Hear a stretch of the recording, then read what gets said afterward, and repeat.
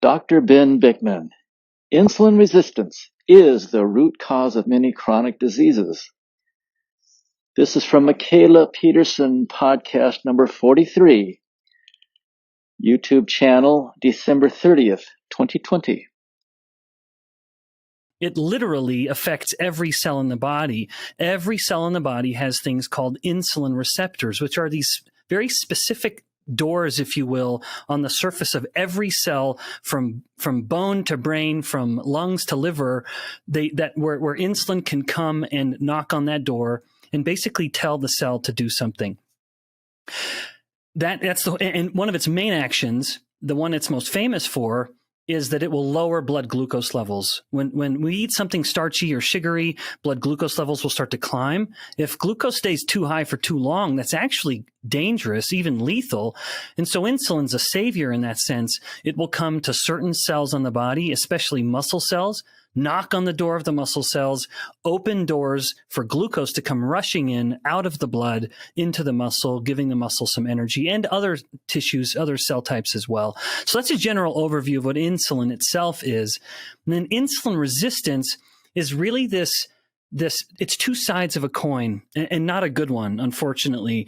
So this is where someone has some cells of the body that, for various reasons, have stopped responding well to insulin. The muscle cells can become insulin resistant, and now when insulin comes and attempts to knock on the door to allow the glucose to come in, the muscle cell isn't responding. It's ignoring the knock, so to speak, and so the glucose levels will stay higher. That's one example of a cell that's becoming insulin resistant, but not all cells become insulin resistant. And that is where the other half, the other side of the coin, becomes relevant, because the other feature of insulin resistance, the first being, again, that some cells aren't responding, the other feature is that insulin levels themselves are elevated. So they're chronically up. So someone's living a life where every moment is spent with insulin being several times higher than it should have been, than it used to be when they were more insulin sensitive. And that becomes a problem because there are many cells in the body that are still responsive to insulin. And now insulin is overstimulating them. Insulin is working too well at those cells. And one interesting example is the Theca cells of the ovaries. They are very busily converting testosterone into the estrogens, the prototypical female sex hormones. And that's the little known fact. All estrogens in men, all estrogens in men or women used to be testosterone. So in men or women, the part of the job of the testes and the ovaries is converting testosterone into estrogens. It's just that ovaries do it, of course, a lot more. And ovaries do it through the actions of an enzyme called aromatase. Now, these cells in the ovaries, called Theca cells, they maintain their sensitivity to insulin. And so now insulin is too high, and it's overactive at the Theca cells. One of the consequence here is that insulin actually inhibits that conversion from testosterone into the estrogens. And so now you have a woman with this elevated insulin, which is insulin resistance, and now her ovaries are not producing the big estrogen spikes that she needs for a normal, fertile menstrual cycle.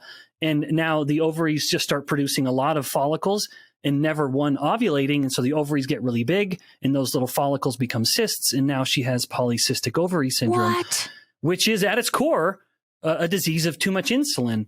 Even in ladies that are lean, and you wouldn't think, oh, well, they're insulin resistant. They might not fit the profile in that they look like their normal weight. But even in normal weight women with PCOS, their fat cells have still become insulin resistant. And that is pushing this insulin resistance to or elevating the insulin. And that's then compromising the function of the ovaries. Insulin resistance is it's a combination of two variables. One, some cells aren't responding to insulin. And two, insulin itself is much higher than it should have been. And the two of those together are really acting together. That really is what explains why insulin resistance is so relevant.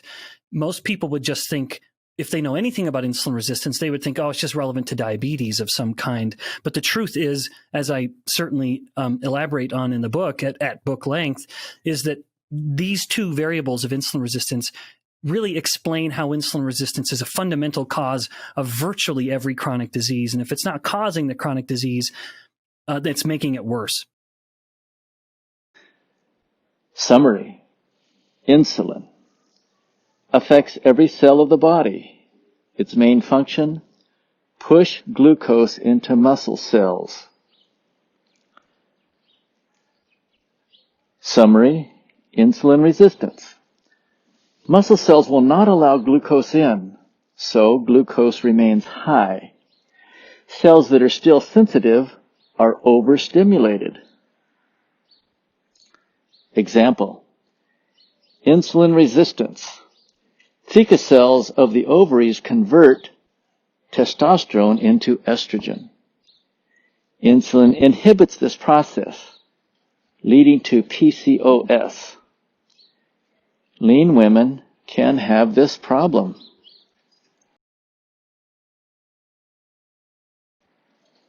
Summary: insulin resistance. Some cells are not responding to insulin. Insulin is much higher than it should be. Summary: insulin resistance, a fundamental cause of virtually every chronic disease.